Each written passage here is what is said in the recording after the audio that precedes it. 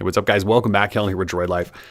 I know you know what this is. I probably don't even need to introduce it, but we're going to because there's no better way to kick off the 2016 smartphone season than with this guy right here. This is the Samsung Galaxy S7. We're going to unbox it, dive into it, start sharing all of our impressions with it before we lead up to that full review. Oh, and don't worry, we'll have the S7 Edge along shortly, then the G5 and all of the phones after it. But again, there's no better way to kick off all of this stuff than with this phone right here. So here we go. Let's unbox it and get right into this. So if we dive right in here, we can spin around box and just sort of take a look at a little bit of the exterior, but obviously this is the T-Mobile version. It's also 32 gig storage in gold platinum. It's one of those things where I really wish they released the regular S7 in the silver that the Edge is coming in, but they don't always give us everything we want. But so you can get gold or black in the regular S7, gold, black, or silver in the Edge. I didn't go black with this. This is going to be a personal unit, by the way. I didn't go black with this because the fingerprint situation, and it is a fingerprint magnet. I was hoping that gold maybe wouldn't show as many. So anyways, let's bust into this thing, show you guys what you really care about, and that's what's inside. So Samsung branding there. Really premium packaging, if you will. Samsung's doing a nice job with their packaging these days. Here is the gold phone. We'll slide it over there and see what else is in the box. So Nano SIM card, which I don't need. Looks like next up we have box with more than likely paperwork in there, but you'll see that is a SIM tool as well. So to pop out the SIM tray, we will need that. We do have this little interesting guy. So USB connector.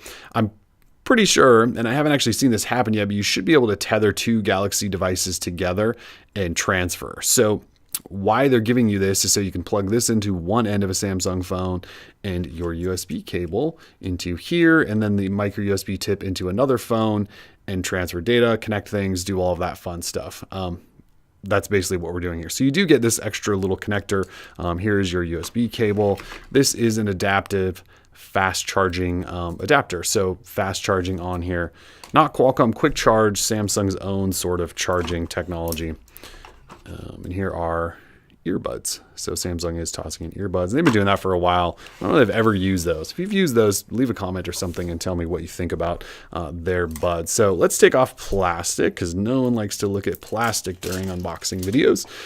And we will fire up as well. All right, so phone in hand, again, gold model. Obviously, it is gold as hell.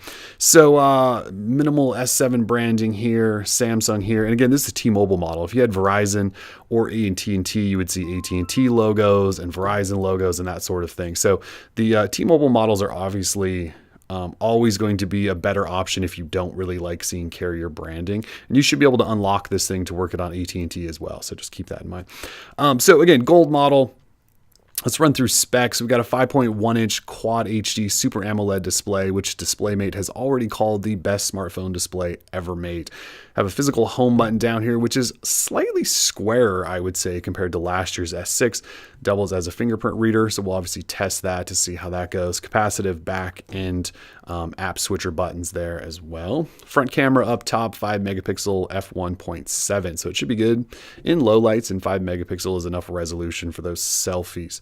If we take a tour to the side, you do have volume rocker in that similar spot over here on the left, and on the right you do have a power lock switch.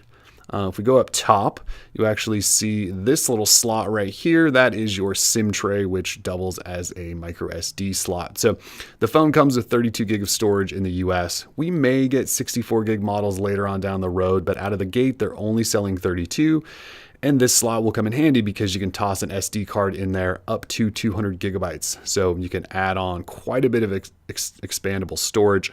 You can't use Marshmallow's adopted storage, which we've written a post about. You can check that out at the site, but you can expand it up to 200 gigabytes for photos and videos and things like that. You'll see right here, it says Qualcomm 4G, this little sticker, which I'm going to take off right now because stickers do drive me nuts. So this is running Qualcomm Snapdragon 820, and that is the model we're getting in the US, is the Snapdragon 820 powered version.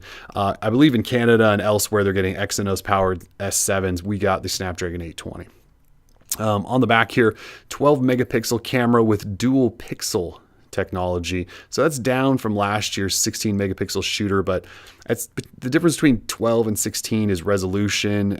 They're still big enough photos that you can share and print them if you need to and things like that. But in our short time with this phone a week or so ago, we were pretty impressed at how fast it focused and shot photos in decent light, poor light, all of that.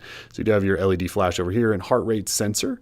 Has a 3000 milliamp hour battery on the inside, 4 gig of RAM, and NFC, MST. So MST is going to be your technology that powers Samsung Pay and allows you to tap terminals and pay essentially at any location.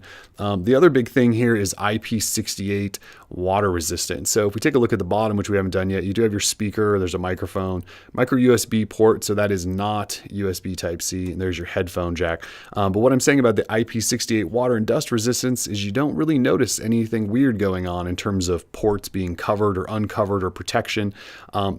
They were able to do it manufacturing with water resistance without sort of giving up the look. And Sony's been able to do this with some of their phones for a while, but you don't have flaps and ports and things like that like you may have had on your Galaxy S5, which was also water resistant. So at IP68, we're talking full dunking in water, using underwater to take pictures if you want. You can rinse the phone off if it gets dirty under a faucet, take it into a pool, just not too deep. You can sort of do a lot with that. And then I didn't mention this, but it does have fast wireless charging, just like the Note 5.